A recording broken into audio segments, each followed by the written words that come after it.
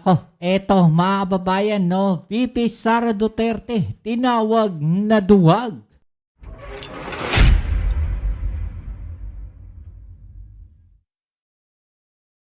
Yan po ang ating alamin ngayon at pag-uusapan, pero syempre bago ang lahat, please don't forget to subscribe, like, share at comment dyan sa comment section. At syempre shoutouts tayo sa mga subscribers at followers natin dyan. Maraming salamat sa inyong suporta at sa mga subscribers natin dyan at sa mga nanonood po. 1 view, 1 like po sana sa ating video. Alright? So eto, pag-usapan natin mga babayan, no? Alam nyo naman yung mga nangyayari ngayon. Mainit na mainit po pa rin. No? Kahit na Holy Week na mga babayan, eto pong usapin, no? Sa impeachment ni Sara Duterte. No? At ngayon po ay meron po ako ipapakita sa inyong video na kung saan tinawag po siyang duwag. Para sa inyo, duwag po ba talaga itong si Sara Duterte, mga babayan, no? Sa hindi pagharap sa kanyang mga impeachment complaint, mga babayan? Duwag po ba talaga itong si VP Sara Duterte? Ano pong masasabi niyo dyan, mga babayan? Okay, so ito, panoorin natin itong video na to, mga babayan, no? Kasi talaga naman, no, marami sa ating mga babayan ang nagtatanong, bakit nga ba ayaw sagutin ni Sara Duterte itong mga impeachment complaint laban sa kanya? Bakit nga ba laging technicalities at tumatakbo sila palagi sa Supreme Court, mga babayan? No, bakit kaya lagi silang tumatakbo sa Supreme Court? Ano sa palagay ninyo? Bakit kaya? Ano bang meron sa Supreme Court? Bakit lagi silang tumatakbo sa Supreme Court? May something ba dyan sa Supreme Court, mga babayan? Okay, so ito, panoorin natin, no? Makikita natin dito, di ba? Una, pag-uusapan natin hindi pagsipot, no? Kasi, di ba gusto mo ng bloodbath? There will be a bloodbath. Pa-bloodbath ka pa, hindi ka naman pala sisipot. Nako, eto mga babae. Pa-bloodbath ka pa, tapos di ka naman pala sisipot. Kung maalala natin, no, talagang maraming natuwa, no, ng mga DDS, mga babayan, especially nung sinagot ni VP Sara yung tungkol sa impeachment complaint laban sa kanya. Sabi niya, no, bloodbath, no, hayaan natin magka-bloodbath kung gusto ninyo. Tapos, sabay takbo sa Supreme Court. Sabay tineknikal, mga babayan, yung impeachment complaint sa kanya. At ngayon, nakikita na naman natin, ganyan na naman yung kanilang ginagawa. Tineteknikal na naman nila, no, ito pong hearing ng Committee on Justice ng House of Representatives. No, at tumakbo na naman sila sa Korte Suprema, mga babayan. Humihingi na naman sila ng tulong sa Korte Suprema. Parte lang po yan, mga babayan, ng kanilang mga delaying tactics. No, siguro, mga babayan, hindi pa nila talaga alam kung paano nila ipagtatanggol si Sara Duterte. Baka naguguluhan na yung mga abogado niya kung paano siya ipagtatanggol. Simula pa lang, tapos pupunta na naman sa Supreme Court dahil lang sa isang word na mini trial na ginamit na sinabi na... Yun, no? Takbo na naman sa Supreme Court dahil sa mini trial. Galing Di ba? Ang galing nila, mga babayan, no? Makahanap ng mga palusot, makahanap ng mga ite-technical. Di ba, mga babayan? Mini trial. No, parang ano lang naman yun Simple lang naman, mga babayan, yun. Kaya naging mini trial yun. No, parang ano lang naman, pinag-aaralan lang. No, yung pong mga kaso ni Sara Duterte. Bakit kaya hindi na lang sila humarap doon at sinagot na lang? Diba?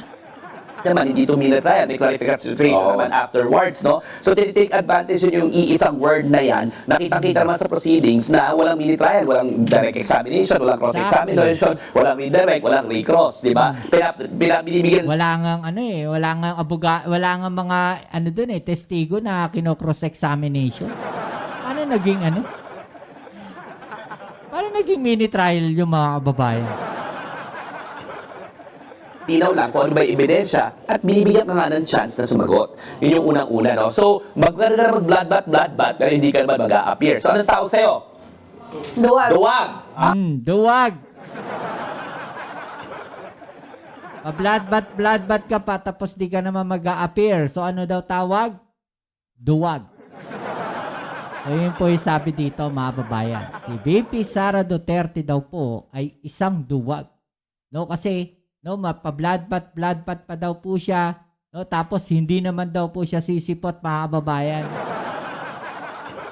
Ang dami pang ang dami pang cheche-bureche, ang dami pang sinasabi. No, haharapin yung impeachment, bloodbath, sa uli, no, nalobat. VP Sara Duterte, bloodbath, nalobat. Duwag si Sara Duterte na harapin ang kanyang mga akusasyon laban sa kanya. Nako, duwag daw po si VP Sara Duterte harapin ang mga akusasyon laban sa kanya. Duwag. Duwag! Duwag si Sara Duterte na harapin ang kanyang mga akusasyon laban sa kanya. Grabe, no? Duwag daw po si Sara Duterte. Naharapin yung mga akusasyon laban sa kanya. Isipin mo, no? Vice President ka, mga babayan. Tinatawag kang duwag. No? Na itong mga tao na to. Dahil dun sa mga ginagawa mo, sa hindi mo pagharap, hindi mo pagsagot sa mga akusasyon sa'yo. No, tinatawag kang duwag. Ang pangit, di ba? Hindi naman siya tatawagin kasing duwag, mga kababayan, no, ng mga tao na to. No, kung haharapin niya, no? Kung haharapin niya, mga kababayan, yung mga akusasyon sa kanya. Di ba? Kung magkakaroon siya ng isang salita, mga kababayan, no, nahaharapin niya yung impeachment complaint niya. Kaso hindi eh. 'Di ba? Iba 'yung sinasabi niya doon sa mga totoong ginagawa nila. Alam niyo ano 'yan? Delaying tactics, mga babayan. At the same time, no, nililihis nila yung totoong nangyayari. Nililihis nila yung totoong senaryo. Ang totoo niyan, mga kababayan, nahihirapan silang sagutin yung impeachment ni Sara Duterte. Kasi kung hindi sila nahihirapan, mga kababayan, at kaya talaga nilang sagutin yan, imagine 16 na abogado, walang magawa sa impeachment ni Sara Duterte. Matibay, no? Mukhang matibay yung mga ebidensya pagka ganun. Tapang-tapangan, puro poser. Tapang-tapangan, puro posing daw, mga babae. Sir, ito si Sara Duterte kasi at duwag, hindi naman talaga matapang. Yun yung una. Pangalawa, si Magaling manapa. magaling manapa. kasi performance. Hindi, kasi performance. Marami nanonood eh. Nasa national Pero TV eh. hindi lang performance, talagang may... Nararamdaman talaga. Tinuluyan niya talaga eh. Pero, ano yung sabi mo kanina, Richard? Ikaw nagsasabi eh. AMLAC. Actually, matagal na may inisip yun. Di ba dapat noon pa, AMLAC goes up against any mga anomalous na mga pangyayari. Bakit, what is the legal process pa for them to get going? Eh, napaka-importante nga dapat yan na mas Follow the money, di ba? Oo, follow the money. The rule Ngayon yung purpose eh. Yung purpose ng AMLC, di ba? So, ang nangyari, di ba, pinasampinan ng House yung bank record, supposedly, tsaka yung AMLAC. No? So, makikita na natin dito, again, despite the fact, tinama, dati hiningi ko yung SALN ni Rodrigo Duterte. Nung nakakulong pa siya. Oo, nung nakakulong pa, ay nung nandun, pangulo pa siya. Oo. Presidente pa siya, hinihingi ko na yung SALN nila, hindi binigay. Di ba? Sabi, di ba? Kasi yung ombudsman noon, napakagulo, si Martires. Hindi siya magulo. Ay, may ombudsman ba? Wala siyang ginagawa. Oo, nagginagawa. Walang ginagawa. Actually, hindi figurine eh. Ano eh? Pader. Pader. Pader. O, Protection. tinigilan pa po siya. No? Shock absorber. Kung nandun lang ginawa ni Boying, nilift yung Ombudsman Order number 1 niya. So, himasmasan ng taong bayan, ang lahat ng mga decision makers sa tama naman, yan ang sang-ayon sa konstitusyon, no? Sa ating saligang batas, saka sa ating mga batas, no? Na dapat binibigay yung iyong SALN. So ngayon, makikita na raw natin yung SALN. At makikita na rin natin yung bank accounts. Kahit na ayaw ni Sara Duterte po. Ilang taon tayong niloko ng ombudsman? Ilang taon hindi ipinakita yung mga SALN eh? Di ba mga babayan, may tinatago pa. Diba? pirma ng waiver, hindi naman pwedeng brat-brat ka na lagi ko na susunod. So, sa wakas, sana Bratinela nga daw mga babae. magkaroon ng lakas yung ating mga institusyon, yung House Committee on Justice. Sana magkaroon ng lakas ng loob yung mga congressman, maiakyat ito sa Senado. But definitely, ang incriminating dito ay yung bank accounts. No? Yung bank Yun nga, accounts. so tingin nyo, that will affect her, trust rating? Yeah, I think that will have an effect on trust rating, no? Ano sa tingin mo, Cheska, di ba? 51% ang kanyang 51% ang dissatisfaction, di ba? Ay, negative, trust, walang tiwala sa Walang kanya. tiwala. Ako nagtataka lang ako tayo naman, ba't napakahirap namang kunin yung impormasyon na yan? Wala namang namilit sa mga public officials natin na maupo sa pwesto. Tama. Bakit ang hirap kalkalin? As a matter of process, ba't yung bank secrecy, kailangan pa natin makaawa at dadating pa sa point na kailangan pang i-apply. Hindi ba dapat pag public official, kaya hindi nag-a-apply sa yung bank secrecy? Actually, nag-a-apply lang siya, pero pwede siyang bulat-latin ng ombudsman. Oo nga mga babayan, no? Hindi kaya dapat ganun. Pagka baguhin yung rulings, kapag ikaw public official, bank secrecy, mga babayan, automatic, no? Pwedeng ilabas. 'Di ba? Yung laman ng mga bangko mo. 'Di ba? Makikita at makikita 'yun dun eh. Oh. No? Kaya ako naniniwala nga, bilang ano lang to, isang abogado, no, na isa rin sa route kung para hindi na maging issue ang bank secrecy na yan. Kasi, alam mo naman si Sarah, pupunta sa Supreme Court every single instance sa kaya niya. Kasi takot luwag Baka mabuksan talaga yung sekreto niya no? So, ibig sabihin, ang gagawin niya, tatapos sa Supreme Court, sabihin, violation of bank secrecy, ang nakalagay sa bank secrecy law, impeachment proceedings is an exception, pero yung impeachment proceedings, ang ibig sabihin niya, trial. Pero di ba dapat when the law does not distinguish, we should not distinguish. Yan ang rule namin no? Mga mag-aaral ng batas when the law does not distinguish, we should not distinguish. Dahil parte ito ng impeachment proceedings, dapat may karapatan na isabina ng House Committee on Justice. Pero alam naman natin, no, na syempre, sila dyan. gagawin teknikalidad. Yeah. Pero tandaan natin kung ayaw na natin yung legal issue na yan, ang pwede naman talagang may access is si Ombudsman. Kasi si Sara Duterte, nung isinumitin niya yung kanyang Meron sa baba nakalagay dyan. You're giving full powers to may waiver. May waiver. So, we need niya yung rights niya under bank secrecy. The moment na salin. So, sa akin palagay, isa rin yan sa ruta na pwedeng tahakin para mabuksan ang katotohanan. Tandaan po natin Tandaan lang po natin, ang goal po natin dito ay mabuksan ang katotohanan. Yes. Ngayon, kailangan rin natin ng cooperation ng mga duly elected public officials, including si Sara Duterte, kung wala naman talaga siyang tinatago. Hanggang saan ba ang tapang ng mga Pilipino? Hanggang saan ba ang tapang ng ating mga institusyon para siguraduhin na may pananagutan dito sa ating bansa? All of us, collective journey po natin itong impeachment proceedings na ito. At sana bantayan natin at ma-make sure natin this time around na mayroong pananagutan. Sabi nga ni Bato, di ba, na nagtatago, wala ka naman dapat kinakatakot kung wala ka naman kailangan itatago, di ba?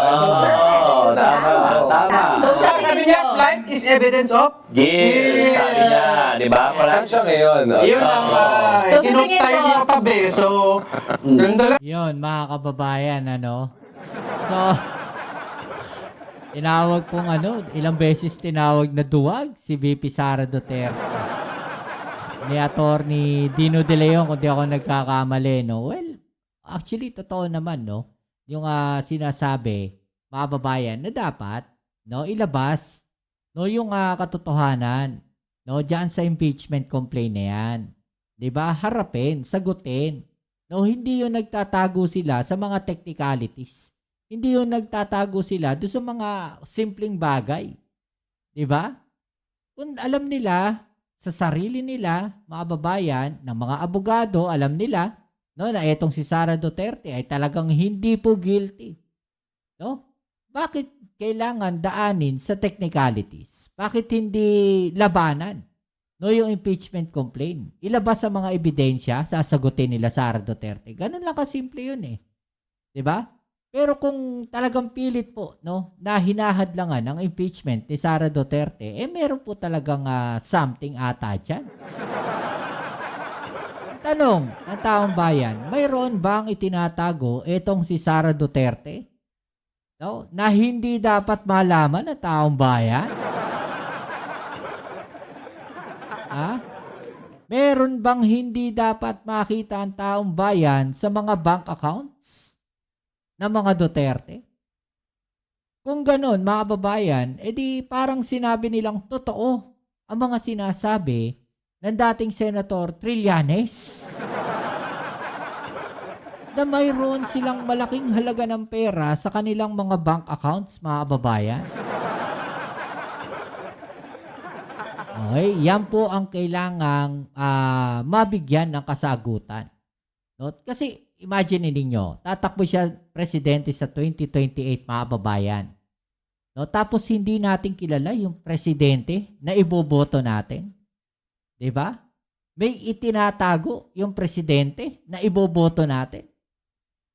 Hindi ata maganda 'yon. No? Kung ngayon pa lang, mga kababayan, ganyan na ang attitude ni VP Sara Duterte. What more pag naging Pangulo yan? 'Di ba? Baka lahat ng bumabatikos dyan, patahimikin na. Ano sa palagay ninyo?